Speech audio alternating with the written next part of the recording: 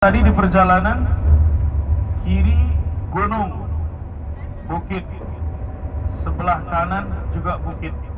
Antara bukit dengan bukit disebut dengan Thaniyah. Thaniyah itu artinya lembah. Nah, ada satu bukit di mana Nabi SAW, ada satu lembah di mana Nabi melalui lembah tersebut masuk ke dalam kota Al-Madinah Al-Munawwarah. Nama bukitnya, nama lembahnya adalah Lembah Wada'. Makanya ketika Rasulullah beserta Abu Bakar itu sampai ke kota Al-Madinah, beliau disambut dengan syair.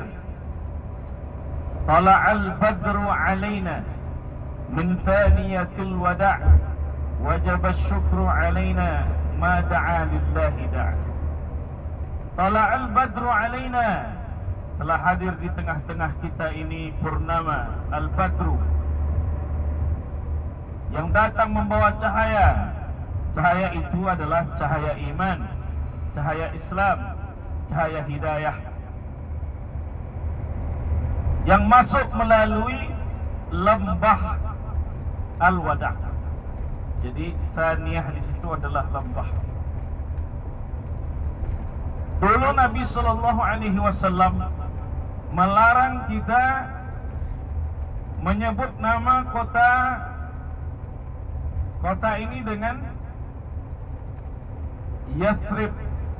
Sebentar lagi kita akan masuk kota Al-Madinah. Disebut dengan Yathrib. Apa kata Nabi? La tusammiha Yathrib. Jangan lagi sebut kota ini kota Yathrib. Innaha tabah. Ini adalah kota yang baik. Innaha tabah. Ini adalah kota yang baik. Sampai 3 kali Nabi menyebut kota Al-Madinah itu dengan kota Tabah. Jadi dulu namanya Yathrib. Kenapa disebut dengan Yathrib? Ya Fa'ra'ba. Kata ulama sirah disebut dengan Yathrib karena dulu ada seorang anak cucu keturunan dari Nabi Nuh alaihissalam. Lalu dia berjalan jauh, lalu dia tinggal di tempat itu. Kemudian kota itu dinamakan sebagai Yathrib sesuai dengan penamaan daripada anak cucu Nabi Nuh alaihissalam tersebut. Sebagian ulama menyebut dengan Yathrib karena Yathrib itu adalah wabah penyakit. Jadi kota Nabi itu dulu asalnya siapa yang masuk ke dalam maka akan terkena ta'un, wabah. Di antaranya adalah ayah Nabi sallallahu alaihi wasallam Abdullah ketika pulang dari berniaga ke negeri Syam, lalu menjenguk sanak keluarga yang ada di kota Al-Madinah tersebut. Ayah Nabi jalan pulang wafat karena terkena wabah. Oleh karena itu kota tersebut tidak lagi disebut dengan Yathrib, melainkan kota yang baik, Tabah. Jadi nama lain daripada Madinah itu Tabah. Nama lain daripada Al-Madinah Tayyibah. Nama lain daripada kota Madinah Darul Hijrah, kampung hijrahnya Rasulullah dan para sahabatnya kaum muhajirin. Itulah kenapa awal mulanya kota itu kota Yathrib, lalu berubah menjadi namanya kota Al-Madinah Al-Munawwarah, kota yang penuh dengan cahaya.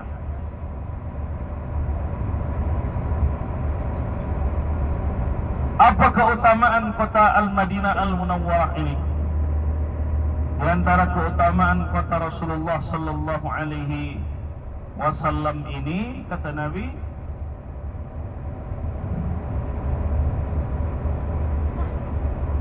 man istata'a an yamuta bil madinati falyamut biha fa inni ashfa'u liman yamutu biha. Siapa yang menginginkan wafat di kota Al-Madinah ini, maka bercita-citalah dia untuk wafat di kota Al-Madinah Al-Munawwarah ini, karena aku akan menjaminkan syafaat bagi dia nanti di yaumil akhir. Bapak Ibu, silakan melihat ke sebelah kiri ada sebuah masjid. Masjid itu namanya Masjid Zulhulaifah. Itulah yang disebut dengan Bir Ali. Di kiri kanan kita ada tugu kecil yang menunjukkan bahwa kita sudah masuk bidayatu Al-Haram An-Nabawi. Kita sudah masuk batasan tanah haram kota Nabi. Batasan tanah haram kota Makkah, kata Nabi sallallahu alaihi wasallam, Ibrahim harrama Makkata. Ibrahim yang meletakkan batasan tanah yang mulia di kota Makkah, tanah haram. Wa inni haramtul Madinata, sedangkan kota Madinah ini aku yang meletakkan batasan-batasan tanah haramnya. Nah, maka kita sudah masuk kawasan tanah haramnya Nabi sallallahu alaihi wasallam atau kota Al-Madinah Al-Munawwarah.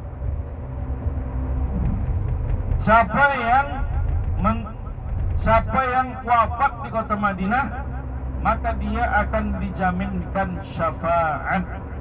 Itulah kenapa orang-orang tua kita dulu, kalau dia datang melaksanakan ibadah haji, dia tak sekedar laksanakan ibadah haji, dia juga bercita-cita nak meninggal di kota suci Makkah dan Madinah Al-Munawwarah, karena ada jaminan syafaat. Bapak Ibu, ada yang ingin wafat di kota Madinah Al-Munawwarah? Tak ada yang jawab nih. Ada yang mau wafat di kota Madinah Al-Munawwarah? Kalau ada yang mau wafat di sini, kalau bisa di grup berikutnya saja. Kalau di grup sekarang nanti payah saya ngurus berkasnya.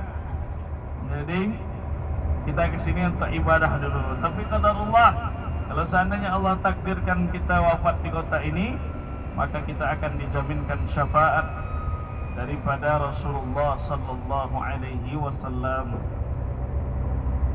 Ada ungkapan ulama, syaraful makan bi syarafil makin. Keutamaan suatu tempat bergantung siapa yang tinggal di dalamnya. Dulu kota ini kota biasa saja, bahkan dikenal dengan kota yang penuh dengan wabah. Tapi datangnya Rasulullah menjadikan kota ini kota yang amat sangat mulia, karena di dalamnya ada jasad Rasulullah. Begitu pula dengan bulan kelahiran Nabi. Bulan kelahiran Nabi bukan bulan-bulan mulia, bukan bulan-bulan haram, Zulqa'dah, Zulhijjah, Muharram, Rajab. Bulan kelahiran Nabi justru bukan bulan yang diagungkan oleh bangsa Arab. Bulan kelahiran Rasulullah sallallahu alaihi wasallam bulan biasa.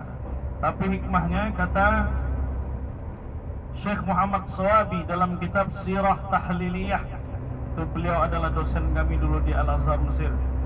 Kata beliau bahwa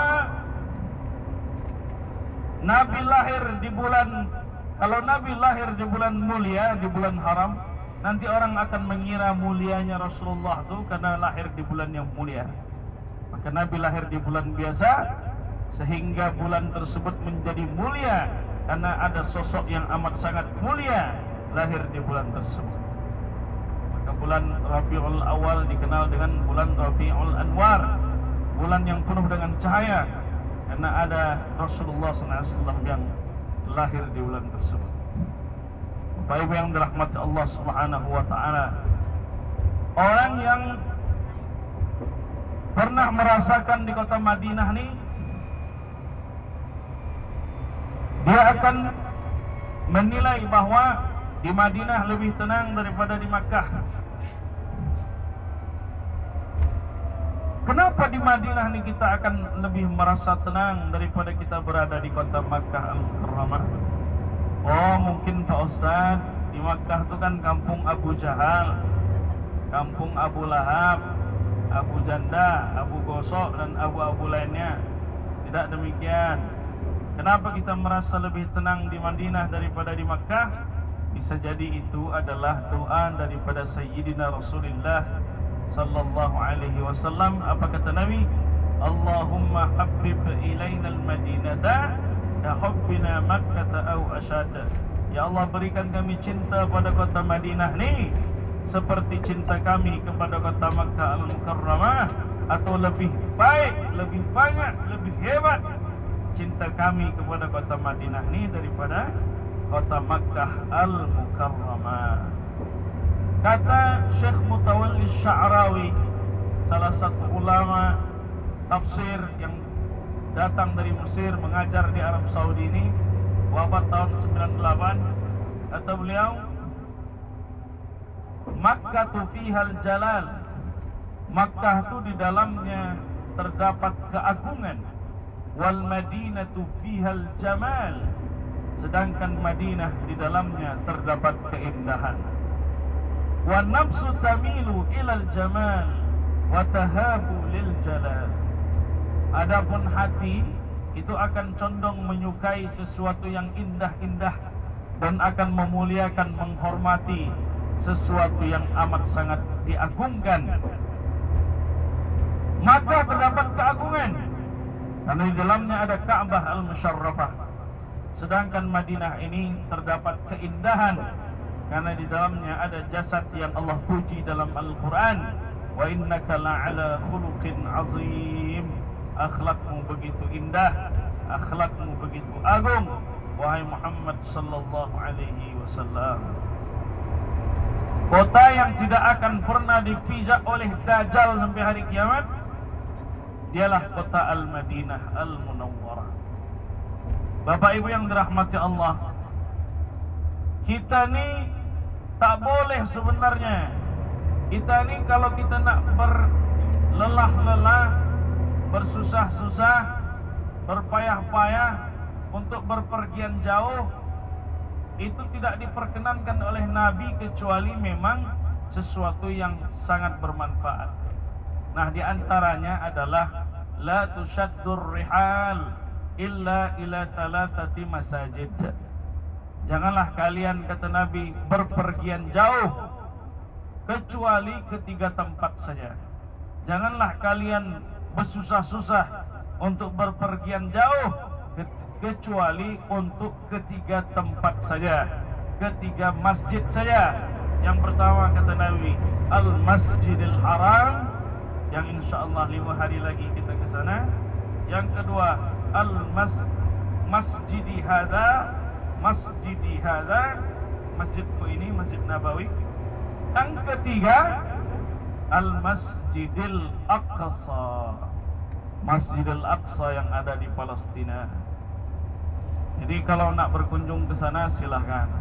Walaupun kawan-kawan kami orang Palestina dulu waktu masih kuliah di Mesir, dia tak setuju orang Indonesia ni datang ke sana. Kenapa? Karena kita beli visa Israel. Yang kita beli bukan visa Palestina, yang kita beli visa Israel. Berarti kita berkontribusi membantu Israel. Itulah kenapa mereka tak setuju kita datang ke sana. Bapak Ibu yang dirahmati Allah, salatun fi masjidi hadza khairun min alfi salatin fi ma siwa. Salat di masjidku ini lebih baik 1000 kali lipat daripada salat di tempat yang lain. Begitu pula dengan zikirnya, solawatnya, baca Qur'annya, infak sedekahnya, itu lebih baik 1000 kali lipat daripada di tempat yang lain. Illal Masjidil Haram, kecuali di Masjidil Haram. Wa salatun fi Masjidil Haram khairun min 100,000 salatin fi ma siwa. Dan salat di Masjidil Haram itu 100,000 kali lipat lebih baik daripada salat di tempat yang lain. Itulah pahala yang akan kita dapatkan ketika kita berada di 2 tanah suci tersebut. Sekarang Bapak Ibu, kita menuju penginapan hotel kita, yang insyaAllah sebentar lagi kita akan sampai. Adapun kiri kanan ni apa, itu kan ada agenda kita city tour kota Madinah, nanti kita akan jelaskan insyaAllah. sebagai